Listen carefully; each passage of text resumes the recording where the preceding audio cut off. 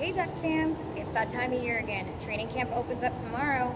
I'm down here at the Honda Center to tell you the 3 things that you need to know as camp opens up. First, we've got the goalie battle.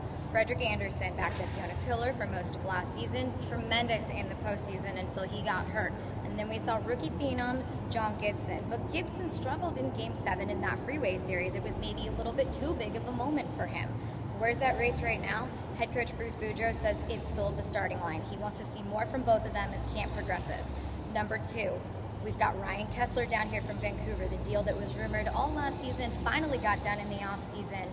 But remember, Kesler was a captain in Vancouver. He was the team leader. He's going to have to change his role just a little bit, but between Kesler and Ryan Getzlaf, the Ducks now have 2 of the best centermen in the league, and that's going to be a lot of fun to watch. And number 3, of course, we've got the locals. We've got Emerson Edom looking for that breakout season, the Long Beach native.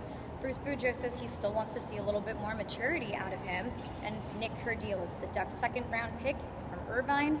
Once again, another case where Boudreau wants to see a little bit more maturity and a little bit more growth. Kerdiles is a boy playing in a man's body, and yet to be seen if either of these guys are going to be able to make the roster out of camp. For more training camp updates, make sure and check out foxsportswest.com. I'm Abby Mistraco, and I'll see you next time.